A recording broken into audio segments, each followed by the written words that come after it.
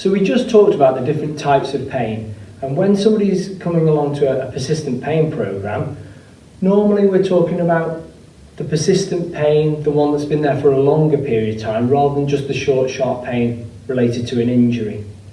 And we know that when you're in pain for a longer period of time, slowly you'll start to reduce activity. Now that could be in terms of doing less hobbies, it might be doing less housework, you might find that you're off work because of the pain, or it could be that you're doing a lot less socialising, you're becoming a lot more isolated, not going out with friends and family.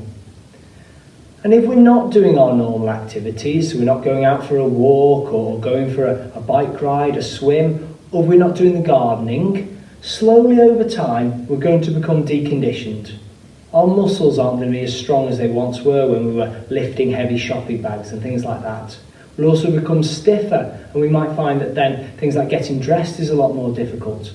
But also our stamina will reduce. Previously you may be able to have done lots of DIY, but now after just a short while you become a lot more tired.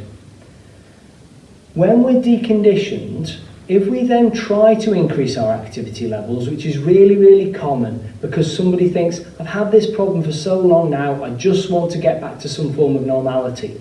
So you'll have a go at going for a run or spending a night out with friends, going 10-pin bowling, but as soon as you try doing something which is any more than your normal, the pain triggers and gets worse again.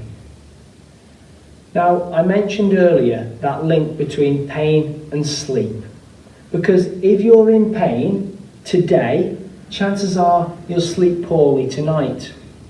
And of course, if you're waking up the following morning sore and tired, that's then going to have a link to your mood.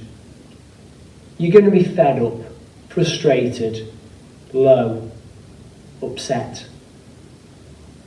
And if your mood is low, then often your motivation to want to do your normal activities will drop down. Because on those days you don't fancy meeting up with people or doing the big shop or spring cleaning. So therefore you'll take it easy. And when you do, you become more deconditioned.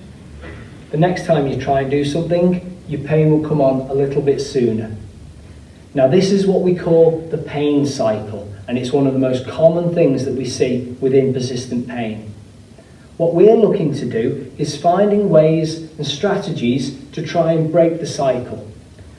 Now how we go about it can vary. So often people will take medication to try and reduce the pain. Physiotherapists will give you exercises to get you fitter and stronger.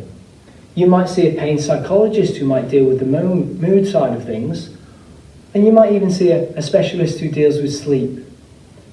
But one of the most important things is that you can get back to doing the things that matter to you. And as well as doing various things through the course that will help with your conditioning and your mood and your sleep and your pain, what's often most important to you is to be able to do the things that matter. And hopefully that's what we're going to be doing over the next few weeks.